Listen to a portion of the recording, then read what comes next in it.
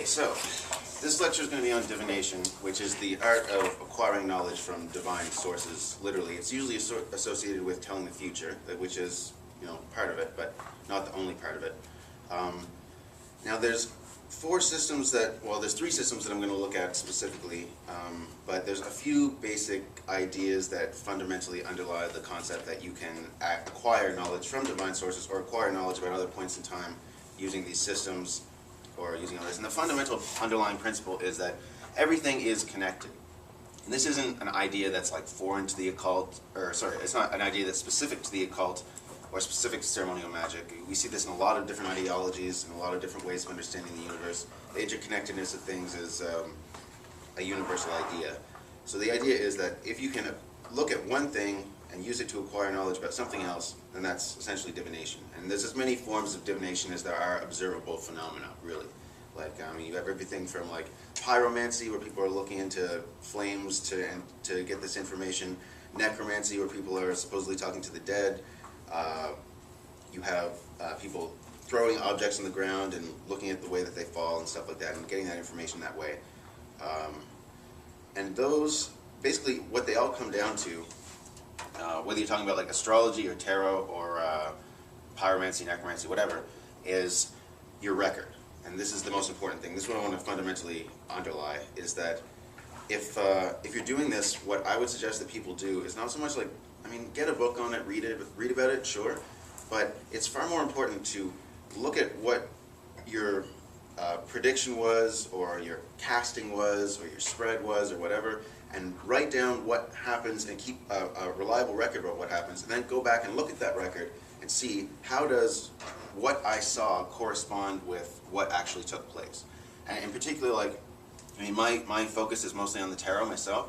So every day I will draw a tarot card and I will write down on my record what happened on that day. And for a certain amount of time, when I see a particular card, I kind of know what it means, what kind of day I'm going to have. And for practical application of divination, that's more useful to me than what I might read in a book about what that card is supposed to mean.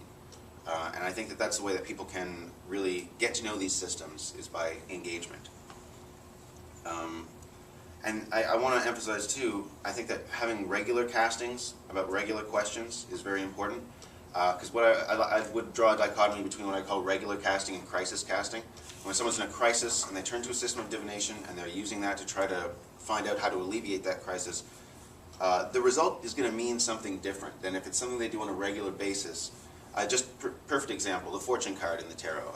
Crowley tells us that it indicates a change in fortune or a change in luck, which he says in the Book of Thoth. Usually that means you're going to have good luck, because if you're looking at the tarot cards because there's a problem, then there is a problem. So, your luck is probably not good. But if you're doing it on a regular basis and you've been having a good run and you see the fortune card, well, that may mean that your luck is about to turn for the worse. Just because it's not in response to a crisis that you're doing this, it's just your day-to-day life.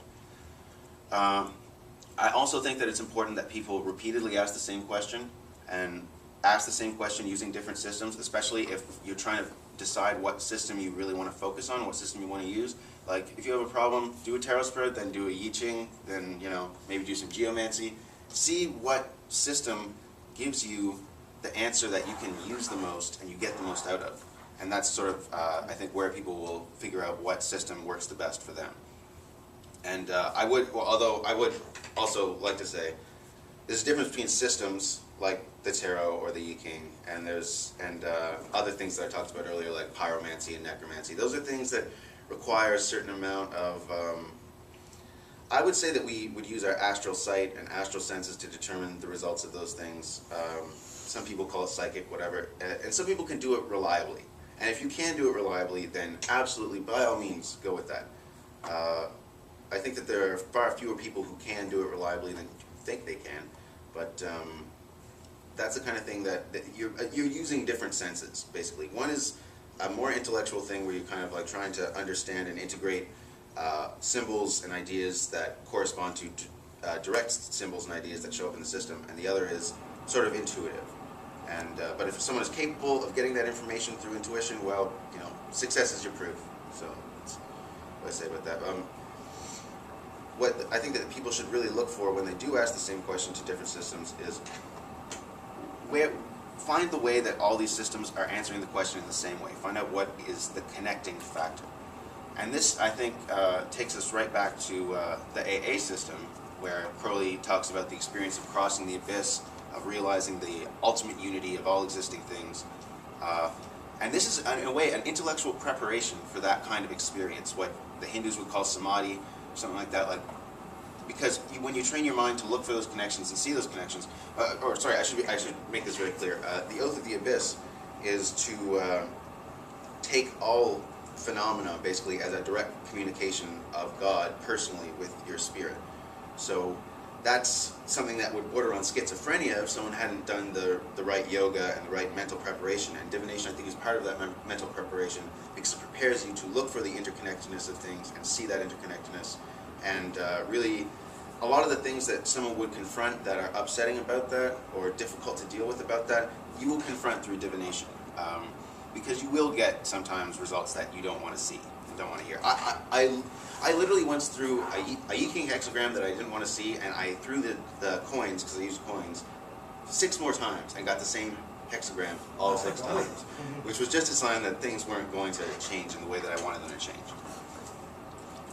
And that's a very extreme example. In 12 years of doing this, that's the only time that anything like that's ever happened, but that did happen.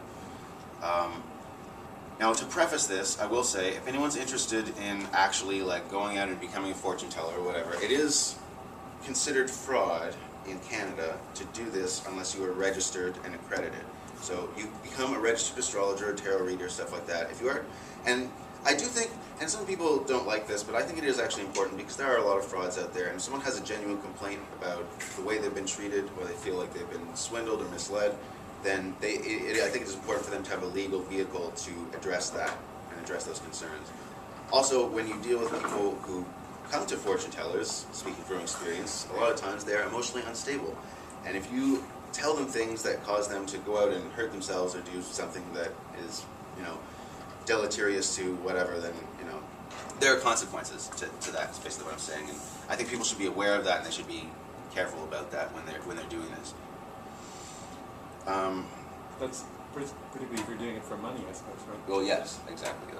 And that's the thing, is if you're doing it for free, it wouldn't have the same legal issue.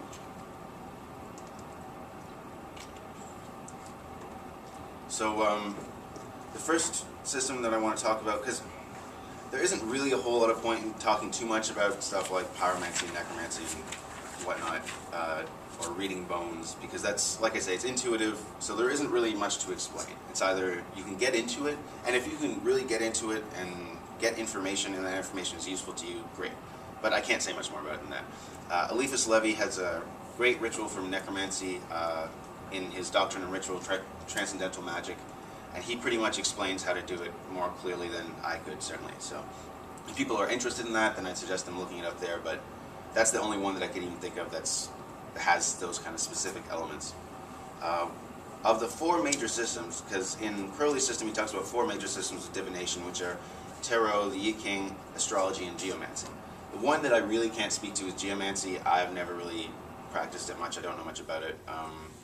If you look in the Book of Thoth, Crowley does make references to different results in geomancy and connects them to different tarot cards. The interesting thing about the Book of Thoth is Crowley does use it to ratify all these systems. Crowley does use it to ratify all these systems. He includes astrology, he includes the I-ching, and he does include geomancy. And he essentially explains how his interpretation of the tarot is a summary of all these. And in many ways, a summary of the whole idea that he's trying to put forward anyway. I'll get to that.